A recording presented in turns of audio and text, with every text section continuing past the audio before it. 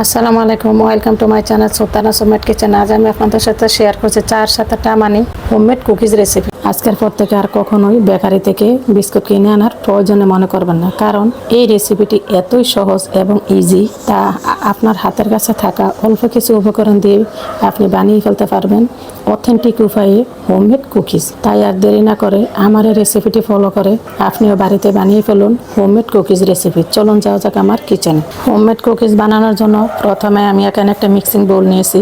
এখানে নিয়ে নিচ্ছি মেল্টেড হাফ কাপ ঘি, দেশি ঘি। আপনারা চাইলে এটা তেল দিয়ে করতে পারবেন, কিন্তু ঘিয়ের টেস্ট আপনারা পাবেন না, একদম বেকারি স্টাইলে অথেন্টিক পাবেন না। এখন দিয়ে দিচ্ছি আমি পাউডার সুগার 1/3 কাপ। চিনিটা আপনারা মিষ্টি অনুযায়ী দিবেন, যে যেমন খান।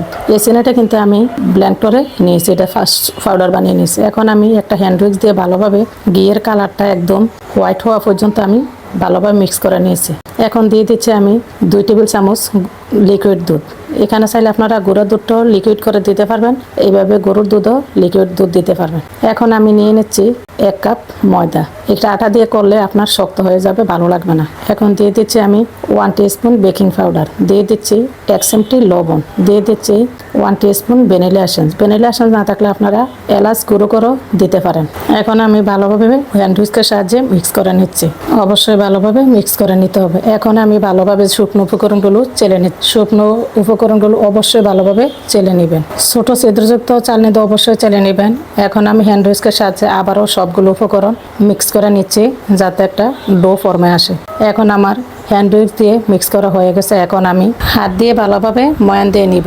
এই পর্যায়ে যদি মনে করেন একটু সফট নরম নরম লাগতেছে, তাহলে একটু ময়দা ছিটিয়ে দিবেন। আর যদি মনে করেন একটু শক্ত হয়ে গেছে, তাহলে একটু লিকুইড দুধ অথবা ঘি অ্যাড করে দিবেন। এইভাবে আমি ভালোভাবে হাত দিয়ে ময়ান দিয়ে দেখুন আমার কত সুন্দর একটা পারফেক্ট ডো হয়েছে। একেবারে টাইটও না, একেবারে সফটও না। এই পর্যায়ে আসলে মনে করবেন যে আপনাদের ডোটা রেডি। দেখুন, এখন আমি একটা সমপরিমাণ মেজারমেন্টের জন্য আমি একটা মেজারমেন্টের 1 টেবিল স্পুনের একটা স্পুন নিয়ে নিচ্ছি। আর আপনারা চাইলে যে কোনো কিছু দিয়ে আপনারা মেজারমেন্ট ঠিক করে নিতে পারবেন, তবে বেশি বড় করবেন না, তা না হলে কুকিজগুলো আপনার কুক হতে সময় লাগবে।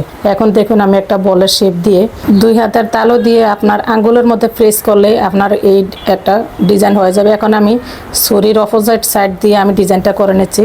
আপনারা চাইলে যে কোনো কিছু দিয়ে ডিজাইন করে নিতে পারবেন। এভাবে আমি সবগুলো বিস্কুট এক এক করে বানিয়ে নিয়েছি। এখন আমি একটা বেকিং ট্রে নিয়েছি।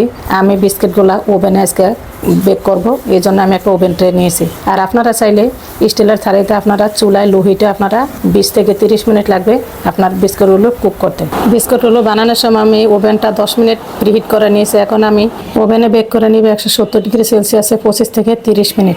মাশাআল্লাহ, আলহামদুলিল্লাহ, দেখুন বিস্কুটগুলো বেক হয়ে গেছে।